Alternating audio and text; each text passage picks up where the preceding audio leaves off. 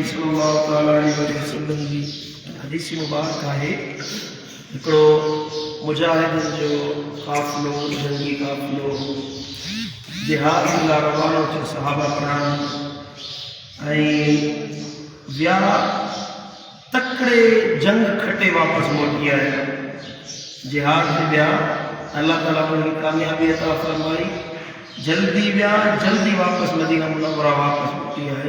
जंग लॻंदी हुयूं, उन वक़्त में वॾो वक़्तु लॻंदो हुयो, सफ़र हूंदा हुया घोड़नि उठनि जा। उन खां बाद में वरी सफ़र जो सहूबतूं ॾिठी जंग लॻंदी हुई। ही काफ़िलो वियो तकड़े वापसि मोटी आयो। पर उन सां गॾोगॾु उन्हनि खे माले गनीमत बि फरावानी सां हासिलु थियो, घणो माल मिलियो।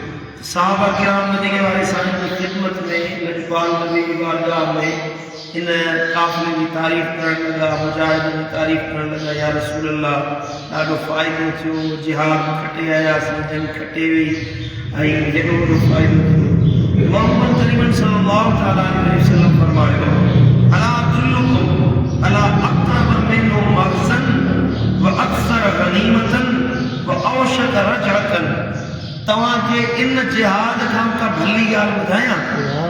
हे जेको लश्कर वियो तकड़े वापसि मोटी आयो, जंग खटे आयो ऐं घणो माले गनीमत हासिल करे आयो।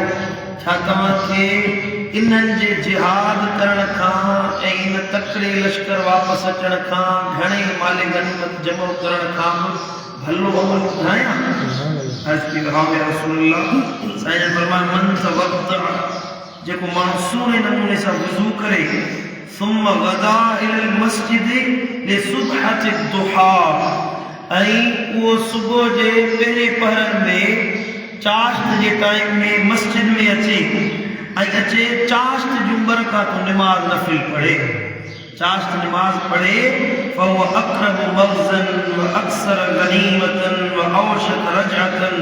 इहो इन लश्कर जेको जिहाद ते वियो, इहा बरक़ातूं उन खां भलियूं आहिनि, उन्हनि जे माले गनीमत खां भलियूं आहिनि, उन्हनि जे तकड़े वापसि मोटी अचण खां वञा वधीक भलियूं। साईं करीम सल्लल्लाहु अलैहि वसल्लम फरमायो, तव्हांजो रब चाहे थो, रब तो फरमाए, अतताजज़ु यब्न आदम, ए आदम जा औलाद, छा तूं आजिज़ तो थी हिन ॻाल्हि खां, अन तुसल्ली अव्वलन निहार अर्बा रकातिन, त सुबुह जे पहिरीं पहर में तूं 4 रकातूं नफ़िल नमाज़ पढ़ी। ये 4 रकातूं तोखे परेशान थी कनि, तूं नथो पढ़ी सघी। अक्फ़िक बिहिन आख़िर, तूं ये 4 रकातूं पढ़, तुंहिंजे मामलात में मां अल्लाह तुंहिंजे लाइ काफ़ी आहियां। जेकॾहिं तूं ये 4 रकातूं फ़र्ज़ नमाज़ का 4 रकातूं नफ़िल नमाज़ पढ़ी चाश्त जे टाइम ते, त इहे तुंहिंजे लाइ मूं अल्लाह जी किफ़ायत जो ज़िम्मो खणी थी वञे, ज़मानत अल्लाह ताला करे। ऐसा ही फरमाया, मन सल्लत दुहा अर्बअन व क़ब्ल उला अर्बअन बुनिय लहू बिहा बैतुन फिल जन्नत। जेको माण्हू चाश्त जे टाइम ते 4 रकातूं नफ़िल नमाज़ पढ़े, अल्लाह ताला उनजे लाइ जन्नत में घर तामीर फरमाईंदो आहे। चाश्त जो टाइम कहिड़ो आहे? जीअं सिज उभरे त इहो थींदो आहे इशराक जो टाइम। इशराक हींअर हाणे वेठा आहियूं थिया त जीअं सिज उभरंदो इहो थींदो इशराक जो टाइम। इशराक खां बाद में सिज मथे चढ़ी अचे, यानी ज़वाल खां पहिरियां ऐं सुबुह सादिक, सुबुह जेका थींदी आहे, हाणे सुबुह थींदी, सिज उभरंदो इशराक खां पोइ, इन खां बाद में तक़रीबन हिन वक़्त में 9 साढे 9 बजे इहो टाइम शुरू थिए थो। इहो टाइम आहे चाश्त जो। मदीने वाले साईं फरमायो, तव्हां मां हर हिकु जे ज़िम्मे आहे त तव्हां पंहिंजे हर संध जो सदको अदा कयो। इंसान जा संध आहिनि, 360 संध आहिनि जिस्म जा, हथ जा संध, पेरनि जा संध, इंसान जे आज़ा जा संध आहिनि, हर संध जो सदको आहे, सदको ॾियो।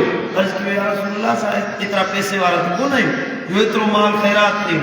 नबी साईं फरमायो, तव्हां सुभान अल्लाह चओ, तव्हांजे पारे में पारां हिकिड़े संध जो सदको अदा थी वेंदो।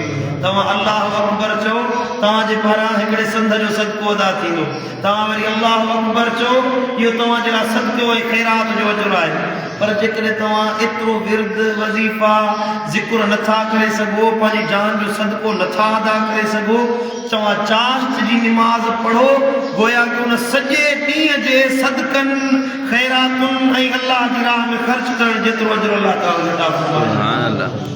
तव्हांजी जान जो सदको 4 रकातूं चाश्त नमाज है।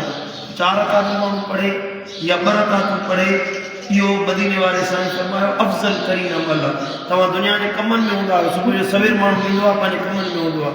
साईं करीम सल्लल्लाहु अलैहि वसल्लम फरमायो कमनि खे छॾे ताज़ो वुज़ू करे मस्जिद में अचो, पंहिंजा कमनि खे अध में छॾे तव्हां 4 रकातूं नफ़िल नमाज़ जे पढ़ो, चाश्त पढ़ो। बुज़ुर्गनि फरमायो आहे तव्हांजा कम जेके अध में छॾे आया आहियो न, उन्हनि खे पूरे करण जे लाइ अल्लाह ख़ुदि पंहिंजा मलाइका नाज़िल फरमाईंदो। एॾी भली नमाज़ आहे इहा चाश्त नमाज़। ख़ुसूसन रमज़ान में एहतमाम कयो।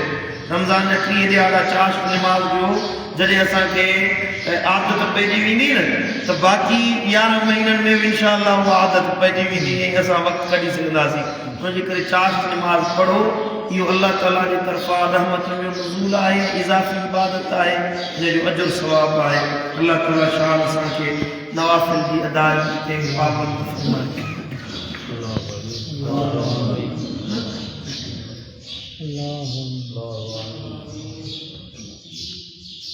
Allah